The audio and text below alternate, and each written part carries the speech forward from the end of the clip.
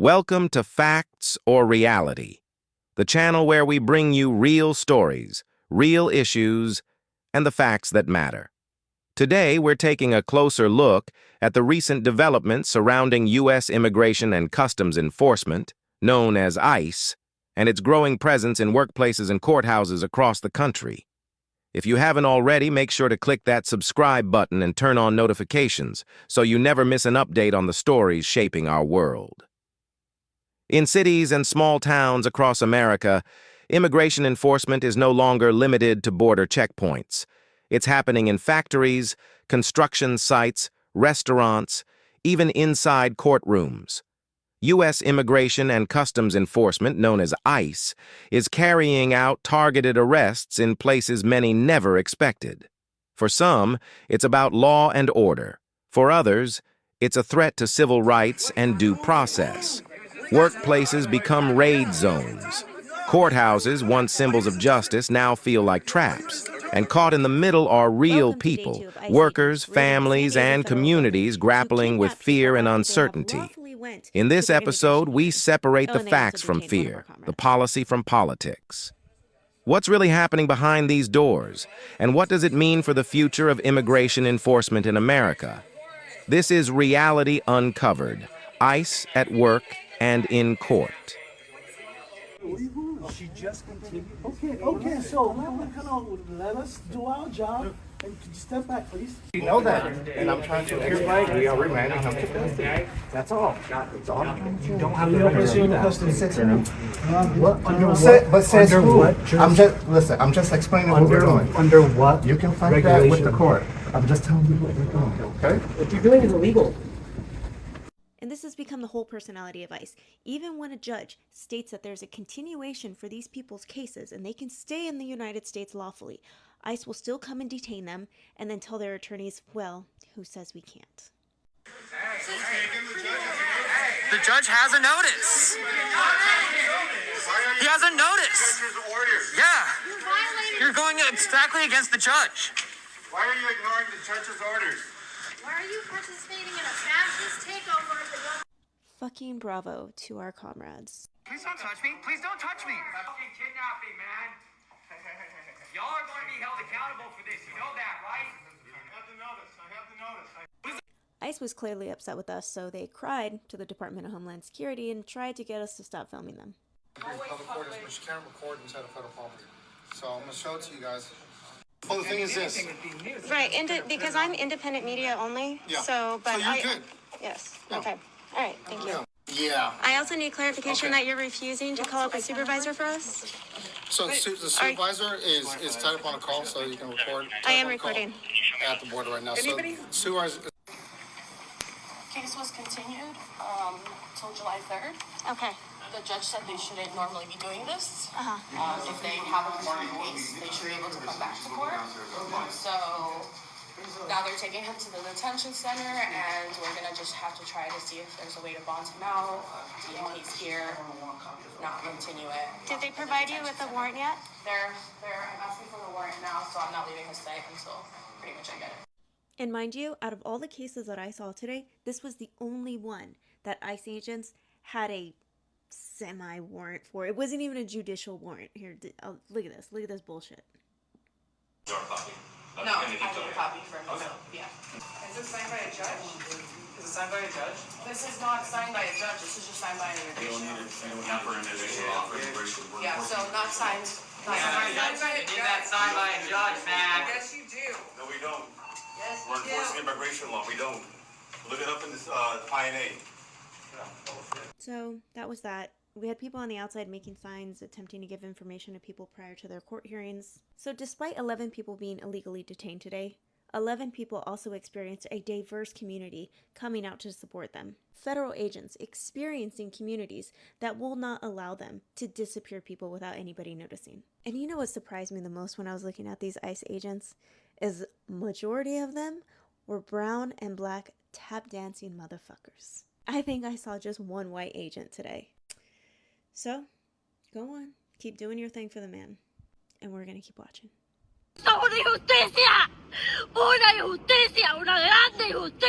Yanette Correa screams injustice after her husband was placed on an expedited deportation order after showing up to his immigration check-in in Miami. The detentions are not only creating panic and fear, but Correa's immigration attorney tells NBC6 it's also creating confusion. Immigration court attorney Antonio Ramos tells us this is now the new normal. As the detention of immigrants with what's known as the I-220A form continues, Ramos explained what's been happening inside the court. People get in front of the judge. The DHS offered dismissal of the case, and I have to make a parenthesis because dismissal of the case in the previous administration, people saw it as a good thing because they're not going to be arrested. So a lot of people accept the dismissal.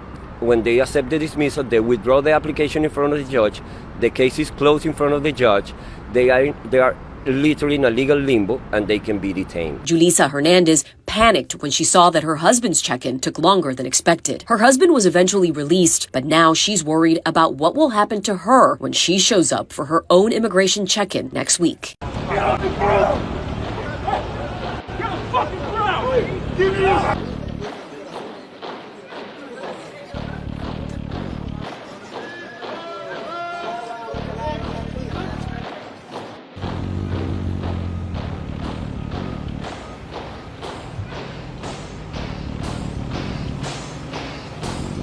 Four Milford High School students were on their way to volleyball practice on Saturday morning when three unmarked vehicles pulled up behind them. At least two of the students in the car were undocumented, including the driver, who was 18 years old. A ICE officer had stepped out of his vehicle and walked over to us and had knocked on the window, and they asked him what his documentation was. We spoke to one of the students in the car who asked that his identity be withheld. He said that after interrogating the car full of students, his friend, who had been in the country since he was a young child, was taken into custody. And that's kind of like when emotion hit, and I began like crying. No like facial expressions, just tears coming down my eyes. Milford police tell us they were not informed that ICE would be carrying out this operation. And Milford Public Schools Superintendent Kevin McIntyre said in a statement, quote, "The Milford Public Schools play no part in immigration enforcement and support all of our students and families, including those who are immigrants to the United States. It's a town that is outraged and terrified by the recent string of ICE raids, and stopping a car full of high school students on their way to volleyball practice has shaken many members of this community." I didn't see him run a red light. I didn't see him do anything necessarily illegal. We were just on our way.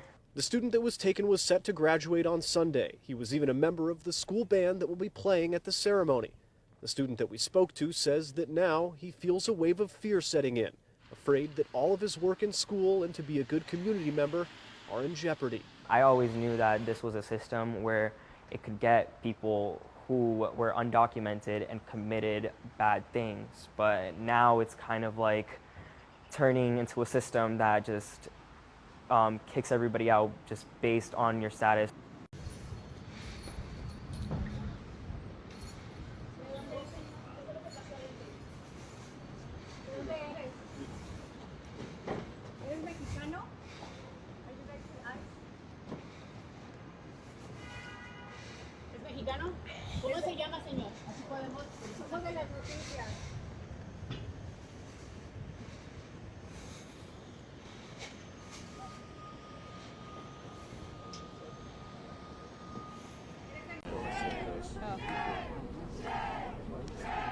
We're here because we're outraged at what we saw on Friday. The scenes that we saw play out on the streets were absolutely unacceptable. Why were ICE agents armed to the teeth as if they were entering a war zone, storming restaurants? Why were ICE agents aggressively shoving people against the walls and handcuffing every worker in sight? This was to intimidate and to bring terror and fear into everybody's hearts, especially immigrants here. Well, I got to tell you one thing. We're not scared here. We're not intimidated. We're fighting back. And we're saying this is not going to happen in our community. People must have thought, wow, there must be MS-13 here, or some drug kingpin, maybe someone like El Chapo's at the bar. No. They took 4 people away, dishwashers, busboys, maybe a cook. This made our community no safer, made it less safe with all that happened. We were told that this whole move on immigration to deportation was about violent criminals. Well, we know that's not true. These people just washing dishes presented no threat at all. They're helping our community. They were our neighbors and our coworkers. They're not murderers. These raids don't reflect San Diego. They don't reflect who we are. We're a cross-border community, and for generations, immigrants have built their lives here, starting businesses, raising families, and enriching our communities with diverse languages, traditions, and foods. San Diego's identity is deeply rooted in our role as a welcoming place of opportunity, hope, and understanding. 20% of the service sector jobs of the employees in Greater San Diego are undocumented immigrants. These are people who do the hard work day in and day out in our community, who make our economy go, and they are contributing positively to our economy and to our society. It was reckless and it was unacceptable. The use of flashbang devices by federal immigration agents following a raid on a local restaurant posed an unacceptable safety risk to all. Let me be very clear. This kind of operation does not promote public safety, it undermines it. Our community's trust in law enforcement is diminished when scenes like that unfold in their communities. This was dangerous, and it could have dramatically escalated an already tense situation. But most of all, it traumatized not only the workers in the targeted establishments, but an entire community in my city. And I will never be okay with that. What we've seen today is not just about immigration enforcement. It's about the expanding reach of power and what happens when it shows up in places once thought to be safe. Workplaces where people earn their living, support their families, and try to build a better life, have become unannounced sites of surveillance and arrest. Courthouses, where people go to seek justice, protection, and resolution, have become strategic locations for detention. For many, this is about enforcing the law. For others, it's about fear. The fear of showing up to work, the fear of reporting a crime, the fear of stepping inside a courthouse. Not because you're guilty, but because you might be visible. And in between those extremes, there are real lives.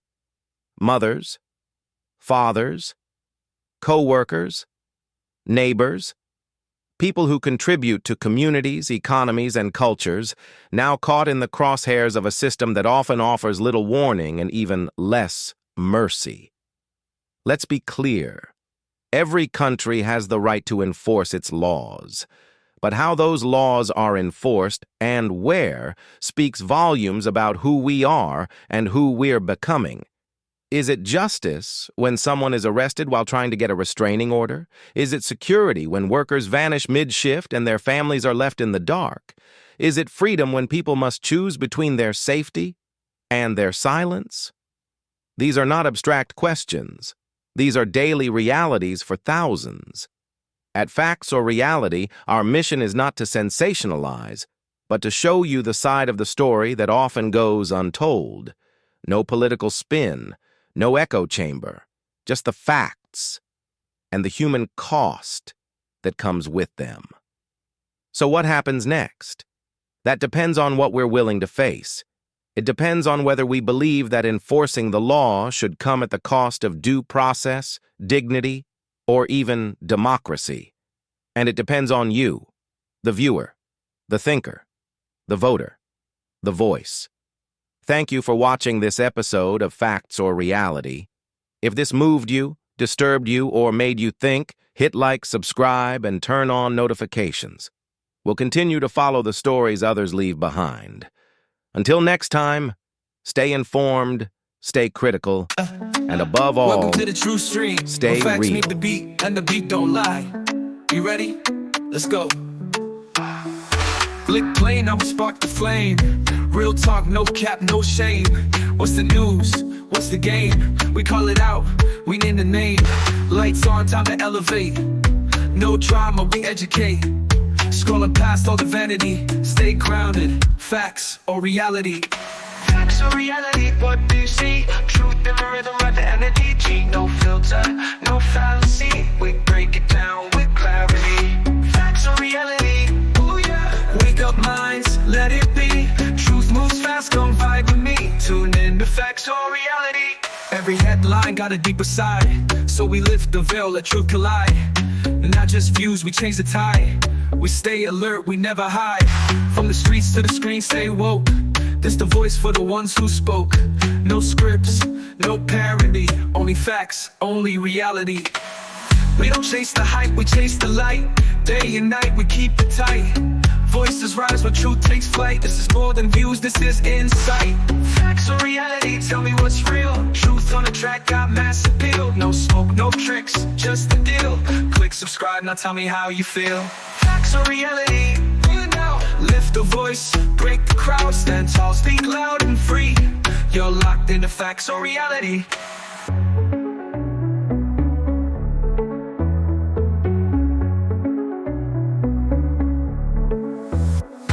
Every headline got a deeper side, so we lift the veil, let truth collide.